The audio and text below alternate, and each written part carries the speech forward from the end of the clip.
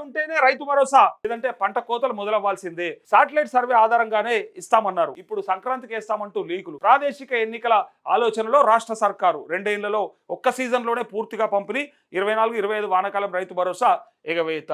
ఇగో కాంగ్రెస్ సర్కారు రైతు భరోసాని ఓట్ల భరోసాగా మార్చేసిందా అంటే అవసరం ఉన్నప్పుడు పార్లమెంట్ ఎన్నికల నేపథ్యంలో ఒకసారి వేసారు. యాదికుందా మీకు? మొన్న ఈ సర్పంచ్ ఎన్నికలు వస్తాయని చెప్పి మొన్న ఒక్కసారి వేసారు. అప్పుడు వేసిందేమో గత ప్రభుత్వం దాచిపెట్టినటువంటి 7,500 కోట్లని వాళ్ళు రైతు బంధుగా మారుస్తామని భరోసాగా మార్చకుండా అదే బంద్ వేసారు. మొదలు వేయాల్సిన డబ్బులు తీసుకొచ్చి పార్లమెంట్ ఎన్నికలప్పుడు వేసారు. ఇది మొన్న భరోసాగా మార్చి చాలా మందికి ఎగబెట్టి ఇక కొంతమందికి వేసిండ్రు. మొన్న సర్పంచ్ ఎన్నికలు ఉంటాయి, మళ్ళా ఇప్పుడు ఏదైనా ఎన్నికలు ఉంటేనే వస్తాయి, లేకపోతే రాదు. లేకపోతే నీకు నాకు రైతు బంధు అవసరమే లేదు, అట్లా తయారు చేసిరు. నాకు తెలిసి ఇది భవిష్యత్తులో రైతు బంధు లేకుండా చేస్తారు. ఈ దొంగలు తలుచుకుంటే అది కూడా అవుతుంది. ఇక రైతులు తెలుసుకోవాలి, ప్రజలు తెలుసుకోవాలి. మనకు పెట్టుబడి సాయం అందించినటువంటి గత ప్రభుత్వంలో నిజంగా సంతోషంగా ఉన్నామా, లేదంటే ఈ ప్రభుత్వంలో అన్ని కోతలు పెట్టుకుంటా ఏది రాకుండా చేస్తున్నటువంటి ఈ పరిస్థితులు బాగున్నాయని చెప్పేసి ఎవరి కాళ్ళు విశ్లేషించుకోవాలి. అందుకే మొన్న ఒక 4-5 వేల మంది సర్పంచులు గెలిచారు బీఆర్ఎస్ కి. ప్రతిపక్షాలకి నేను మాట్లాడేది ఈవెన్ బీజేపీ అండ్ ఇండిపెండెంట్ కూడా గెలిచారు. సో అది ఒకసారి చూసుకోవాలి. ఇగో ఎన్నికలు ఉంటేనే రైతు భరోసాకి మోక్షం లభిస్తుంది అంటే ప్రభుత్వ చర్యలు అవునని చెప్తున్నాయి. ప్రభుత్వం రైతు భరోసా పంపిణీపై ద్వంద్వ ప్రకటనలు చేస్తూ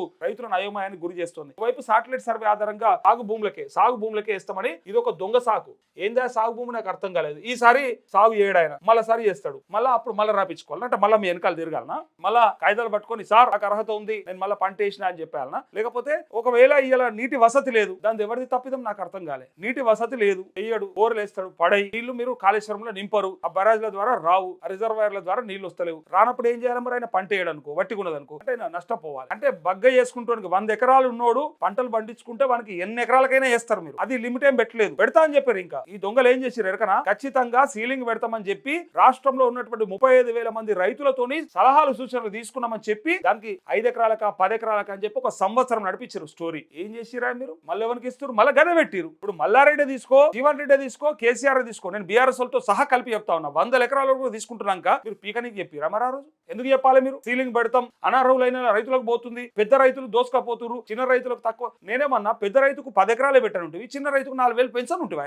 పెద్ద రైతుకి ఆయనకు లిమిట్ పెట్టనుంటివి, చిన్న రైతుకు పైసలు పెంచనుంటివి. ఆయనకు 5,000 6,000 ఎందుకు ఇస్తున్నాను? 10,000 ఇయ్యనుంటి ఓడొద్దన్నాడు. పంటకు 10,000 పేదోడు కదా, 1 ఎకరం 2 ఎకరాలు ఉన్నాడు కదా, సాయం అందాలి, ప్రభుత్వం చేయాల్సింది. ఈయనకు భూమి ఉండదు, పైగా వచ్చే ఆదాయం కూడా ఉండదు.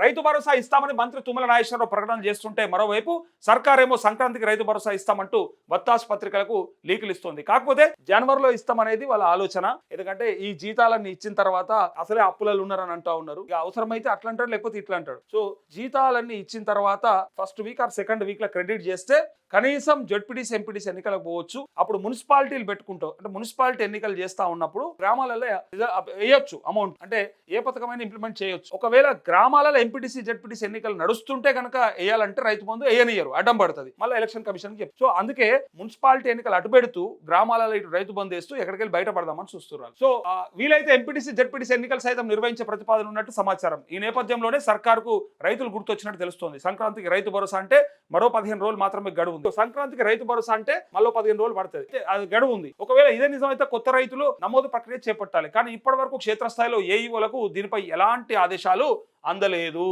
ఎన్నికలంటే ఇప్పుడు, లేదంటే కోతలప్పుడు, అట్లా ఎన్నికలు ఉన్నప్పుడు అయితే పడతాయి, లేకపోతే కోతలు ఉన్నప్పుడు పడతాయి. రెండు అయితే ఎన్నికలన్నీ ఉండాలి లేదా కోతలన్నీ ఉండాలి. అప్పటిదాకా పడాయి. ఇక ఒకే ఒక్కసారి రైతు సీజన్ లో భరోసా ఇచ్చింది ఒకటే ఒక్కసారి, మనందరికీ ఎరక ఒకటే ఒక్కసారి ఇచ్చిరు, అది మొన్ననే. అందులో హైదరాబాద్ రంగారెడ్డి జిల్లాలో ఉన్నటువంటి రైతులకు అందలేదు. వాళ్ళ రేట్లు ఎక్కువ ఉన్నాయట, వాళ్ళకి అసలు ఇయ్యలేదు, భూముల ధరలు ఎక్కువ ఉన్నాయని. అప్పటికే ఒక మహిళ రైతు తిట్టింది, వాని అయ్యి ఇచ్చిండా, వాని తాత ఇచ్చిండా, మేమేదో కష్టపడి 1 ఎకరం 2 ఎకరాలు కాపాడుకొని ఇలా పూలో పండ్లో లేకపోతే కూరగాయలు పండిస్తుంటే పట్టణంలో అందరికీ ఉపయోగపడేటట్టు మేము చేస్తూ ఉంటే ఇలా మాకే రైతు బంధు వేయలేదు అని చెప్పి తిట్టిరు. చూసిరు కదా. సో ఇక్కడ ఇగో 2023-24 యాసంగిలో రైతుల కోసం బీఆర్ఎస్ జమ చేసిన రైతు బంధు నిధులను కాంట్రాక్టర్ల బిల్లుల కోసం వాడుకున్నదే అనే ఆరోపణలు ఉన్నాయి. అయితే దీంతో రైతులకు నాట్ల సమయంలో వేయాల్సిన రైతు బంధును మే నెలలో కోతల సమయంలో వేసింది. ఇక ఆ తర్వాత 24-25 వానాకాలం రైతు భరోసాను పూర్తిగా ఎగ్గొట్టు రైతులకు ఆ సీజన్ లో నయా పైసా పెట్టుబడి సాయం ఇయ్యలేదు. 24-25 యాసంగిలో 3 ఎకరాలు ఉన్న వారికే పంపిణీ చేసి మిగిలిన రైతులకు ఎగనామం పెట్టింది. ఇక 25-26 వానాకాలంలో మాత్రం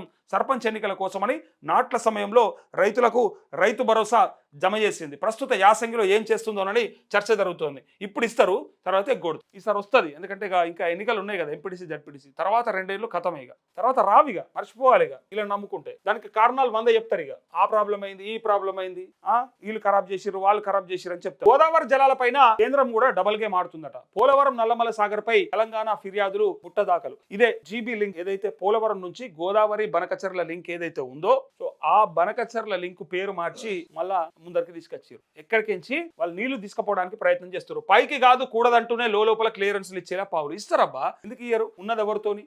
ఇప్పుడు మీరంతా కలిసి పోటీ చేసి మొత్తానికి కిందనో మీదనో అందరూ కలిసి గెలిచి మీ కూటమి ప్రభుత్వమే బీజేపీతోనే ఏర్పడిన తర్వాత ఇలా బీజేపీ మమ్మల్ని కాదంటదా? బీజేపీ మీకు ఇవ్వదా? మాకు ఏదన్నా చేసి మాకు తుట్టి పెట్టైనా సరే మీకు మంచిగా నింపి పంపిస్తుంది. ఎందుకంటే అలా ఉన్నారు కాబట్టి, ఆ ప్రభుత్వంలో ఉన్నారు కాబట్టి డెఫినెట్ గా అది జరుగుతుంది. అది ఊహించవచ్చు, అది పెద్ద విషయం కాదు. అది వరద జలాలపై ప్రాజెక్టులు లేవంటూనే అవే లెక్కలు. పాలమూరుపై ఏపీ ఫిర్యాదు చేయగానే డిపిఆర్లు వెనక్కి అంటూ. అందుకే తెలంగాణకి కొంత అంటే ప్రాంతీయ భావం ఉంటది. డెఫినెట్ గా మనకి ఏముండాలంటే, మనం కష్టపడి సాధించుకున్నాం కాబట్టి రాష్ట్రాన్ని, ఇక మన దాయాది రాష్ట్రం మన మీద ఎప్పటికీ ఒక కన్నేసి దోపిడీకో ఏదో ఒక రకమైనటువంటి ఏమంటారు గిచ్చే ప్రయత్నం చేస్తుంటది. సో గిచ్చే ప్రయత్నం చేస్తున్నప్పుడు ఇక్కడ ఎట్లాంటి పార్టీ ఉండాలి, ఇక్కడ ఎట్లాంటి నాయకులు ఉండాలి, వీళ్ళని వాళ్ళని మడతపెట్టి మాట్లాడేటోళ్ళు, మడతపెట్టి కొట్లాడేటోళ్ళు కావాలి. కానీ ఎట్లా అయిపోయి వీళ్ళు వాళ్ళు దొంగలంతా ఒకటే అన్నట్టు అయిపోయి, ఈ దొంగ ఆ దొంగతోనే కలిసి, ఆ దొంగ ఈ దొంగతోనే కలిసి, అందరు కలిసి దొంగలైనారు మళ్ళీ. కాబట్టి తెలంగాణకి ఏం ఉరుకుతుందంటే ఉన్నది నాశనం పడతారు. మళ్ళీ పాత రోజులే, యూరియాకు పాత రోజులే, మళ్ళా మనం